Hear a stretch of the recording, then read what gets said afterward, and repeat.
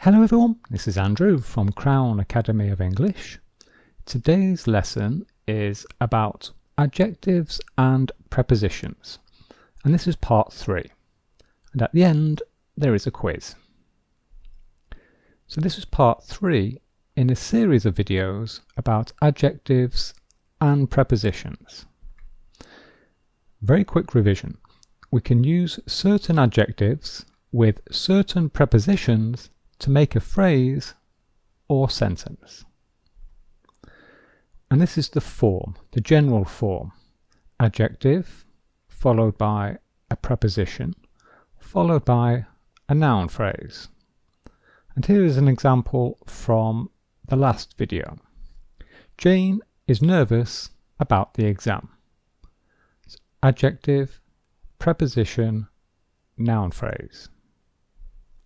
In this lesson, so in today's lesson, you will learn several adjectives that we use with the prepositions for and in.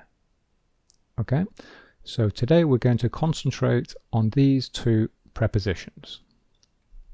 So this is the form that we will look at today. Adjective followed by for or in, followed by a noun phrase. And at the end, there is a quiz with 6 questions at the end of the video. Okay, so let's start with this. So adjectives with the preposition for. We can use these adjectives with the preposition for. Good or bad, followed by for, followed by the noun phrase. Example, exercise is good for you. Okay, good for you. So we have the adjective, the preposition, and the noun phrase. And another example, we could also say weight training is good for you. So that is the name of this type of sport. This activity is called weight training. Okay, weight training is good for you. We could also say exercise is good for your health. Your health. And your health would be the noun phrase. And here is an example with the adjective bad. Cigarettes are bad for you. Okay, so adjective, preposition, noun phrase. Bad for you. Notice that here we are using the verb be and it is in the third person plural because we have a plural here. We could also say smoking is bad for you. Okay, smoking is bad for you. So here we have a gerund, so it's a verb acting as a noun, and the verb be this time is in the singular because this is a single activity. Smoking is bad for you. Adjective, preposition, noun phrase. Okay. Part 2. We can also use the adjective famous with the preposition for. So this is the form. Famous followed by for, followed by the noun phrase. Here is an example. The town of Cheddar is famous for its cheese. Okay, so there is a town in the southwest of England called Cheddar. Okay, so Cheddar is in fact the name of a town, and it is famous for its cheese. Okay, famous for its cheese. So we use this expression to describe the speciality of somewhere. Okay, so it is famous for its cheese. So adjective, preposition, and this forms the noun phrase. Its cheese. Its is in fact a possessive adjective. Okay, third person singular. Okay, notice that there is no apostrophe here. Okay, because it is a possessive adjective. Another example, Scotland is famous for its whiskey. Scotland, so the country of Scotland, is famous for its whiskey. So again, we're talking about the speciality of somewhere. We're talking about Scotland. It is famous for its whiskey. Adjective, for, and the noun phrase. Okay. We can also use the adjective responsible with the preposition for. And we often use this for when we describe jobs and jobs and the tasks that you do in a job. The form is responsible followed by for followed by the noun phrase. So Jane is responsible for sales. Okay, Jane is responsible for sales. So responsible for sales. Okay, so this means that another way of saying this is Jane is in charge of sales. Okay, so is responsible for sales. We could also say Jane is responsible for selling the products. Okay, and selling the products would be the noun phrase.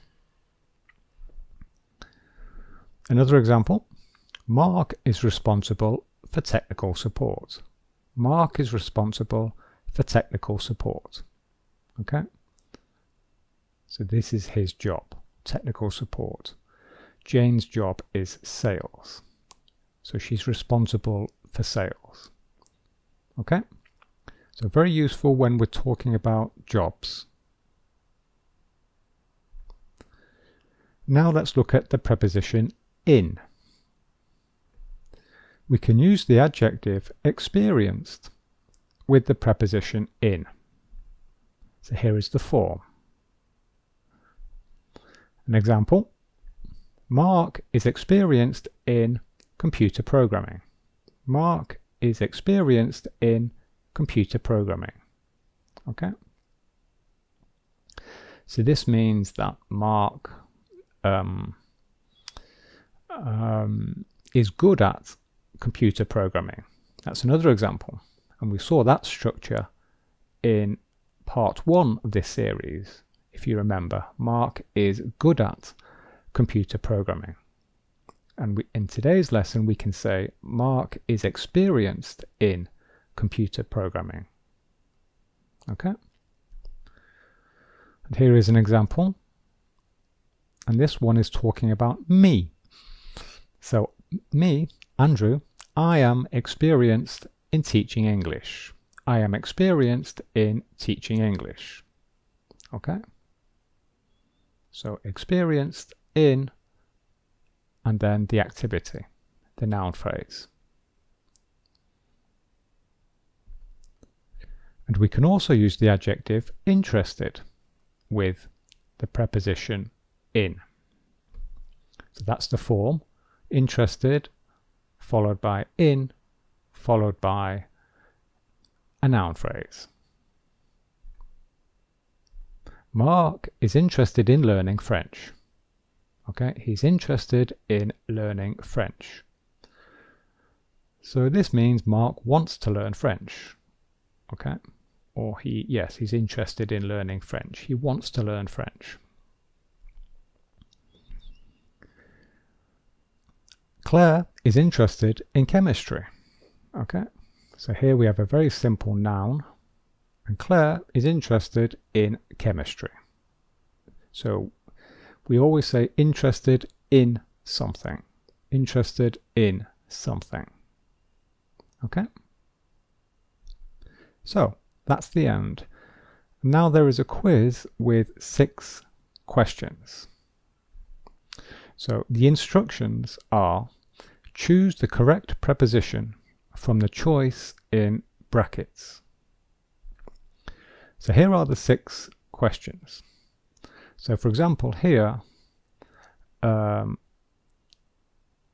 question is, Bordeaux is famous something, it's wine. Okay, and the gap here is a preposition, and I want you to choose one of these prepositions. One of these prepositions is correct, only one of them. Okay, so I want you to choose the correct one and put it here for each question. Okay, if you want some time, I advise you now to pause the video.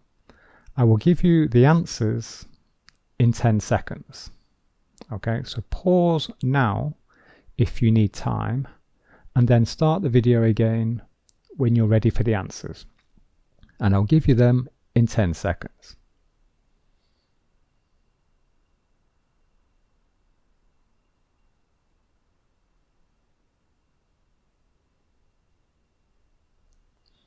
Okay, so I'm going to give you the answers in 3 seconds. 1, 2, 3. Okay, so there are the answers.